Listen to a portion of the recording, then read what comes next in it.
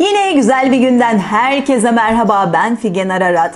Bugün bebeklerimizle çok güzel bir yelek örüyoruz. O kadar güzel ki kurvaze geliyor, zıbın yelek de deniyor. Bebeklerimize hemen rahatça giydirebiliyoruz. Üzerlerinden de hiç çıkmıyor, şöyle bağlı, çünkü bakar mısınız şunun güzelliğine. Arkasında da böyle kemer gibi gözüküyor. Örünüşü de o kadar kolay ki bir uçtan başlayacağız.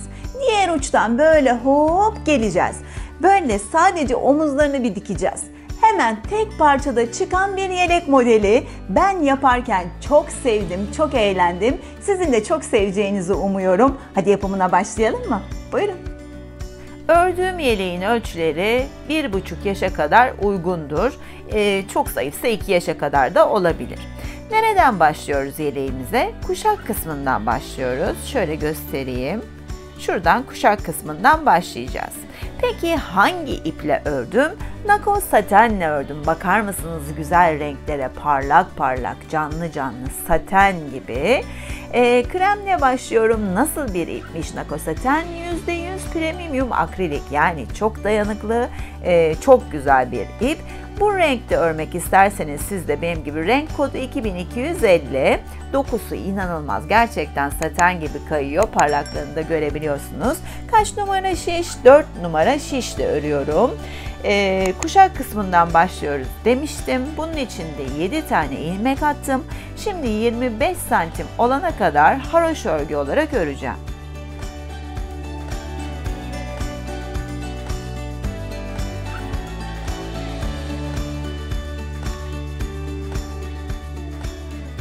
...25 santim uzunluğa gelene kadar haroşa örgüyle ördüm.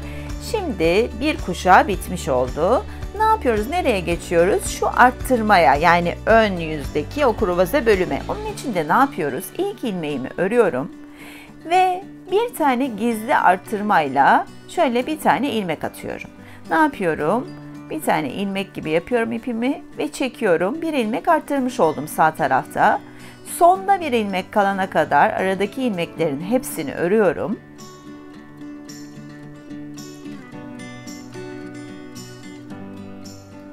Ve yine ipimi şöyle ilmek gibi yapıyorum, bakın. Hemen şişime takıyorum ve çekiyorum. Sol tarafta da bir arttırma daha yapmış oldum. Gizli arttırma yapmış oldum. Sağda ve solda birer ilmek arttı. Diğer yüzde hiçbir arttırma yapmıyorum. Hepsini normal haroşa olarak örüyorum.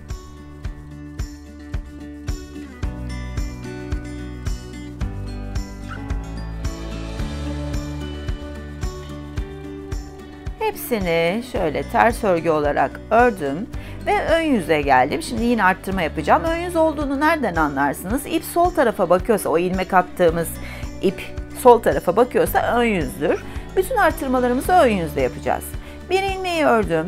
Yine hemen sağdan bir tane daha ilmek arttırıyorum şöyle. Hop.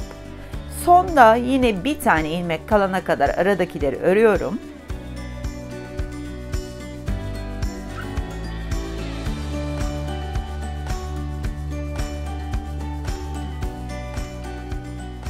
Yine ipimi şöyle bir ilmek gibi yapıyorum. Şişe takıyorum ve çekiyorum. Yine solda da bir ilmek arttırmış oldum.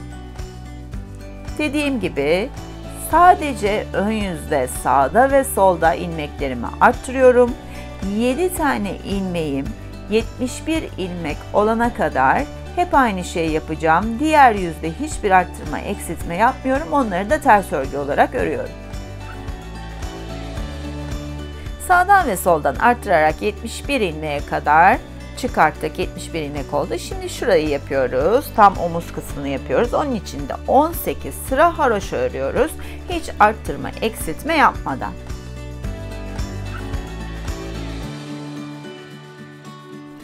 ...18 sıra haroşa ördükten sonra sıra geldi kol kısmını yapmaya. Bakın şuraya 23 tane ilmek eksilteceğiz. Kol kısmını yapmış olacağız. Onun için de ilmeklerimi şöyle 2 tane ilmeği alıyorum, birlikte örüyorum ve tekrar ördüğüm ilmeği diğer şişe takıyorum. Böyle ikişer ikişer ilmekleri örerek tam 23 tane ilmek eksiltiyorum. Sıra geldi koltuk altını yapmaya. Onun için de 3 sıra haroşa öreceğim. 23 ilmek eksiltmiştik. Kalan 48 ilmeği 3 sıra haroşa örüyoruz şimdi koltuk altı için.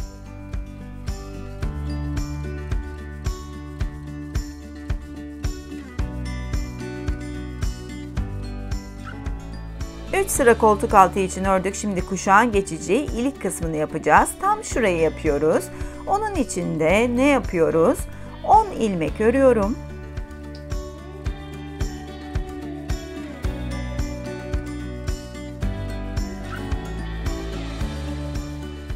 On ilmek ördük. Şimdi kuşağın geçeceği kalınlıkta 7 ilmekti.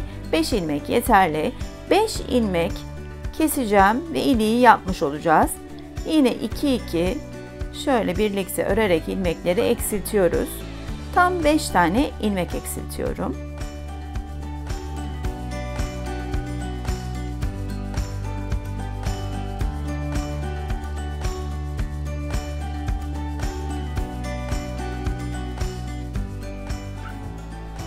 Beş ilmek eksilttik, iliğimizi açmış olduk.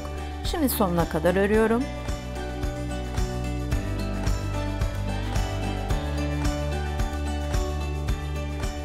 Yine eksilttiğimiz ilmeklere kadar örüyorum.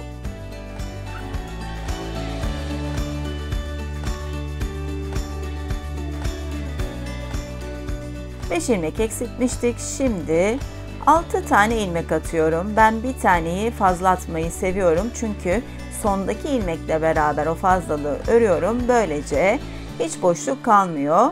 Şimdi 6 tane ilmek atacağım.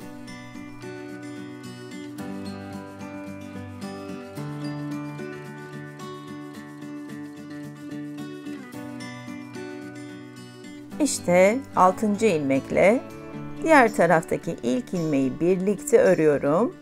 Böylece atmış olduğum ilmekler 5 ilmeğe düşüyor. Ama hiç potluk olmadan, hiç boşluk olmadan iliğimiz açılmış oluyor. Çok daha düzgün bir ilik oluyor. Şimdi sona kadar kalan tüm ilmekleri örüyorum.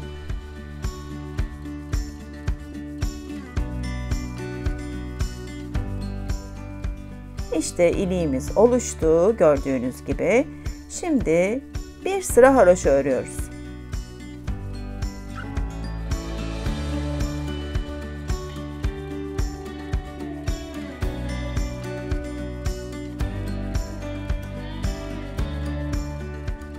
Kuşak için iliği açtık. Bir sırada haroşa ördükten sonra şimdi kolun arka kısmını yapıyoruz. Şurayı yapıyoruz yani. Onun için de eksiltmiş olduğumuz 23 ilmeği tekrar atıyoruz. Ve böylece kolun arka kısmını da yapmış oluyoruz. 23 ilmek attık, kolun arka kısmını yaptık. Şimdi ne yapıyoruz? Arka bedeni yapacağız. Yani şurayı yapıyoruz. Bakın. Tam sırtı yapıyoruz. Bunun için de 60 sıra haroşa öreceğiz.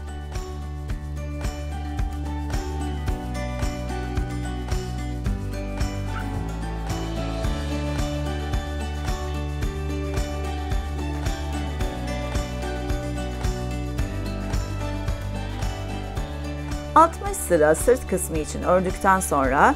...şimdi sıra geldi diğer kolu yapmaya. Yine aynı şekilde 23 tane ilmeği eksilteceğiz.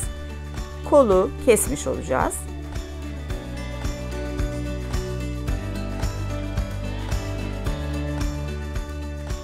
Yine koltuk altı için 3 sıra öreceğiz.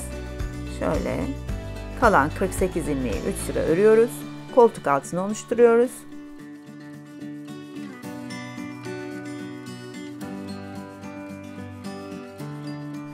Kolun diğer tarafını yapıyoruz. Yine eksiltmiş olduğumuz 23 ilmeği atıyoruz.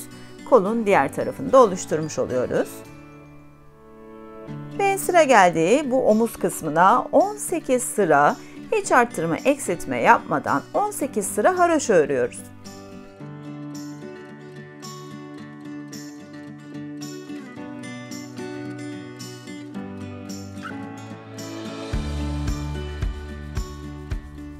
On 18 sıra haroşa ördük. Aynı diğer tarafta yaptığımız gibi bakın burada 18 sıra haroşa örmüştük. Orada ne yapmıştık? Arttırıp 18 sıra haroşa örmüştük. Burada şimdi tam tersini yapacağız. 18 sıra haroşa ördük. Biz şimdi artırmayacağız, eksilterek diğer tarafı yapmış olacağız. Ne yapıyoruz onun için de? İlk ilmeği örüyorum. Şöyle. İkinci ve üçüncü ilmekleri birlikte örerek eksiltiyorum. Ve sağdan bir eksiltme yapmış olduk. Sonda 3 ilmek kalana kadar aradaki tüm ilmekleri örüyorum. 3 ilmek kaldı. İkinci ve üçüncü ilmekleri, sondan ikinci ve üçüncü ilmekleri de beraber örüyorum, eksiltiyorum. Son ilmeği de örüyorum. Sağdan ve soldan birer ilmek eksiltmiş olduk. Şimdi diğer tarafta ne yapıyoruz? Hepsini ters örgü olarak örüyoruz. Eksiltmelerimizi artırmada olduğu gibi sadece ön yüzde yapıyoruz. Sağdan ve soldan eksiltiyoruz. Bu yüzde hiçbir eksiltme yapmadan hepsini ters örgü olarak örüyoruz. Yine ön yüze geldik ve eksiltmemizi yapacağız sağdan ve soldan. Şöyle. İlk ilmeğimi örüyorum. İkinci ve üçüncü ilmekleri birlikte örüp eksiltiyorum. Sondan 3 ilmek kalana kadar aradakilerin hepsini örüyorum. 3 ilmek kalınca sondaki ikinci ve üçüncü ilmekleri de birlikte örüp eksiltiyorum. Son ilmeği de örüyorum. Diğer yüzde hiçbir eksiltme yapmadan hepsini ters örgü olarak örüyorum. 7 ilmek kalana kadar hep ön yüzde sağdan ve soldan eksiltmelerimi yapıyorum. 7 ilmek kalana kadar sağdan ve soldan eksiltmelerimizi yaptık. Şimdi kuşak kısmına geçtik. Diğer kuşağın diğer kısmını yapacağız. Ama bu kuşaktan daha uzun olacak. Yeleğin üzerine de göstermem gerekirse bakın şuradan girip arkadan dolaştığı için, bakın kuşak arkadan da dolaştığı için diğerinin 2 misli. Bunu 25 santim yapmıştık. Bunu 50 santim yapıyoruz. Bakın daha uzun. 50 santim olana kadar 7 ilmeğimizi örüyoruz. Kuşağın diğer kısmını da yapıyoruz. İşte bakın 50 santim oldu. Artık kuşağımızın diğer kısmını da bitirebiliriz. Şöyle 2 ilmeği birlikte örüyoruz yine. Şişe atıyoruz. 2-2 birlikte örerek kuşağımızı bitirmiş oluyoruz. İşte yeleğimiz aynen böyle oluşuyor. Sadece başta da dediğim gibi omuz kısımlarını dikerek yeleğimizi bitirmiş olacağız. Bir bütün parçadan oluştu. 18 tane sıra haroşa örmüştük biliyorsunuz hiç arttırma eksiltme yapmadan. İşte o kısımları birleştirerek omuzlarını oluşturmuş olacağız. Ben gizli dikişle ön yüzden haroşaları birleştireceğim.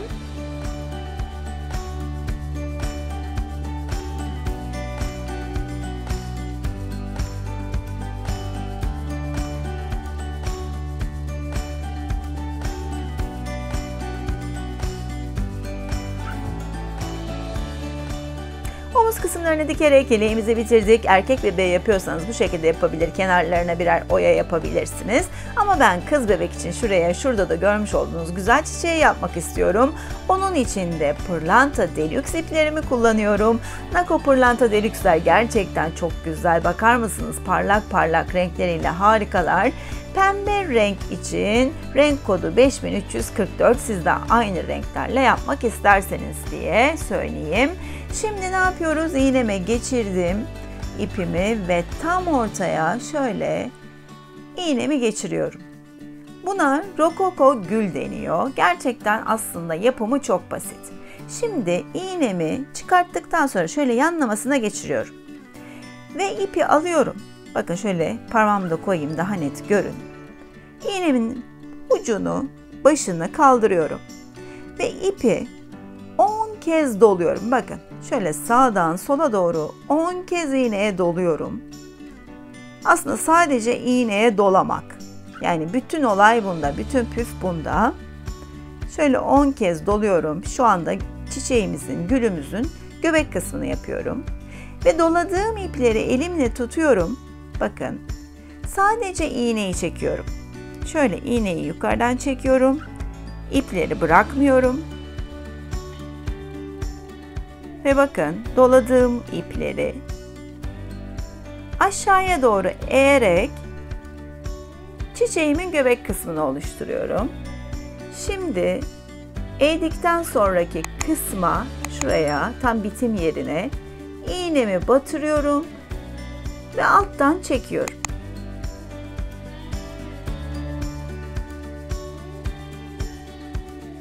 İşte gülümün göbeğinin yarısı oluştu. Yine aynı şekilde tam yanına biraz önce yaptığımın aynını yapacağım. Göbek için 2 tane bu işlemi yapmamız yeterli. Şöyle ipimi çıkartıyorum. İğnemi yanlamasına örgüme takıyorum. Ve iğnenin başını hafifçe kaldırarak 10 kez ipimi doluyorum. Bakın 10 kez doluyorum. Doladıktan sonra iplerimi parmakla tutacağım, parmağımla tutacağım şöyle ve iğneyi çekeceğim.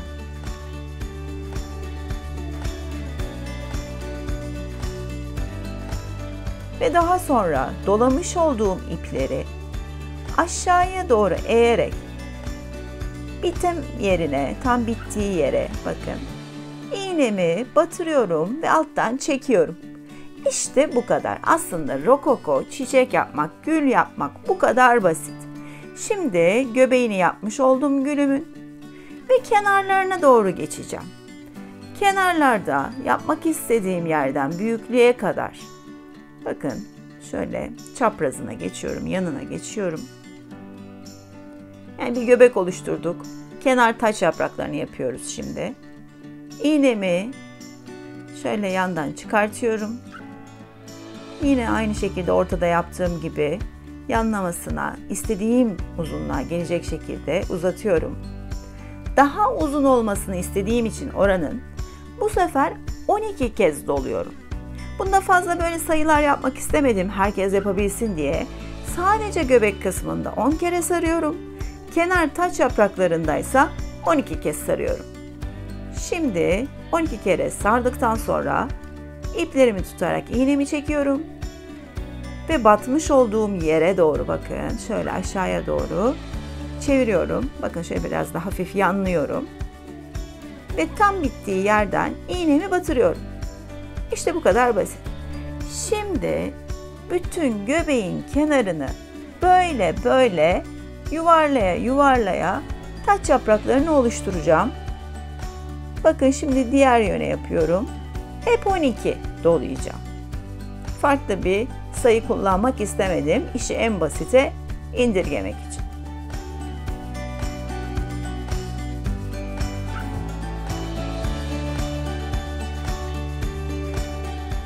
Sonuncu taç yaprağını yapıyorum. İstediğiniz büyüklükte güller yapabilirsiniz bu sayede. İstediğiniz kadar kenarlarını dönersiniz. 12 yapmıştık. Bir sıra daha fazla yapacaksanız 14 kere sararsınız. Öyle istediğiniz kadar büyütebilirsiniz.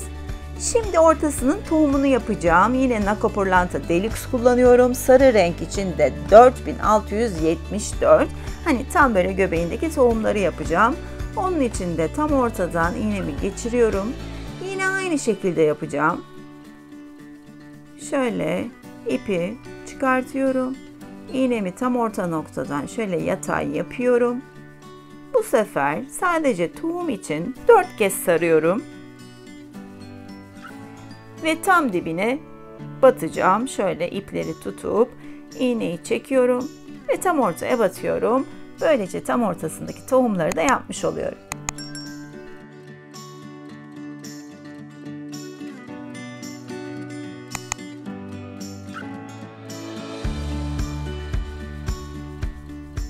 Tohum kısmını da yaptık. Sıra geldi şöyle yanlarındaki yaprakları yapmaya.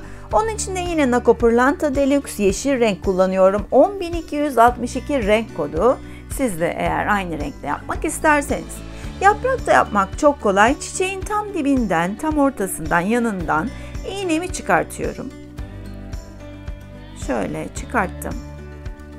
Ve istediğim yaprak uzunluğunu şöyle baz alıyorum.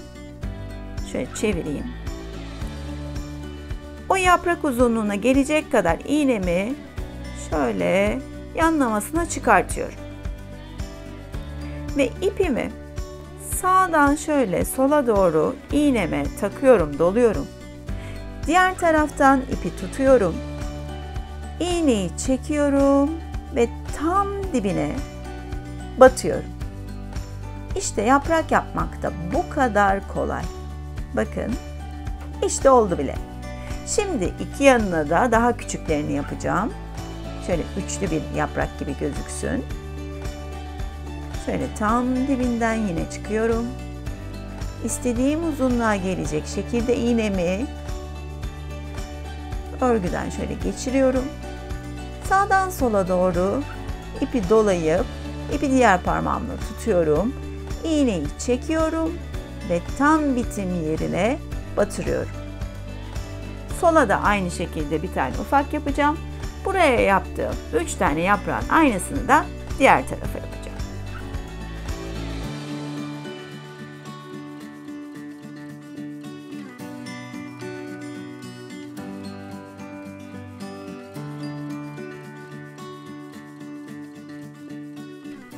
Çiçeğimizi işledikten sonra kenarlarına şöyle zincir zincir bir kenar yapmak istiyorum. Onu da Nako Saten'in yeşil rengiyle yapacağım. Renk kodu 11472. Bence bu iki renk birbirine çok yakışacak şu kenarlarda. Bir tane ilmek yapıyorum. Tığla yapacağım. İsterseniz iğneyle de yapabilirsiniz. Şöyle dikiş yaparak böyle. Ama tığla hani ipin uzunluğunu ayarlamaya hiç gerek yok. Onun için tığla geçiyorum. Yukarıdan tığımı batırdım, ilmeği alttan çektim.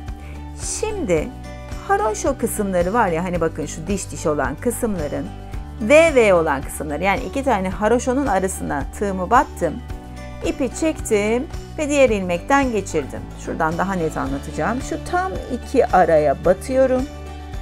İpimi tığla çekiyorum. Ve ikisini şöyle birbirinin içinden geçiriyorum. Zincir zincir oluşmaya başlıyor. İki haroşo örgünün arasına batıyorum. İpimi çekiyorum ve ilmeğin arasından geçiriyorum. Bakın, gerçekten harika zincir zincir oluyor. Bakın, çok güzel bir şekilde. Şimdi tüm kenarı böyle zincir zincir geçiyorum. Bütün kenarlarını da geçtikten sonra yeleğimiz hazır. İşte gördüğünüz gibi şirin mi şirin harika bebek yeleğimiz hazır. Umarım beğenmişsinizdir. Yorumlarınızı sabırsızlıkla bekliyorum. Yine güzel değişik örgü projelerinde görüşmek üzere. Şimdilik hoşça kalın.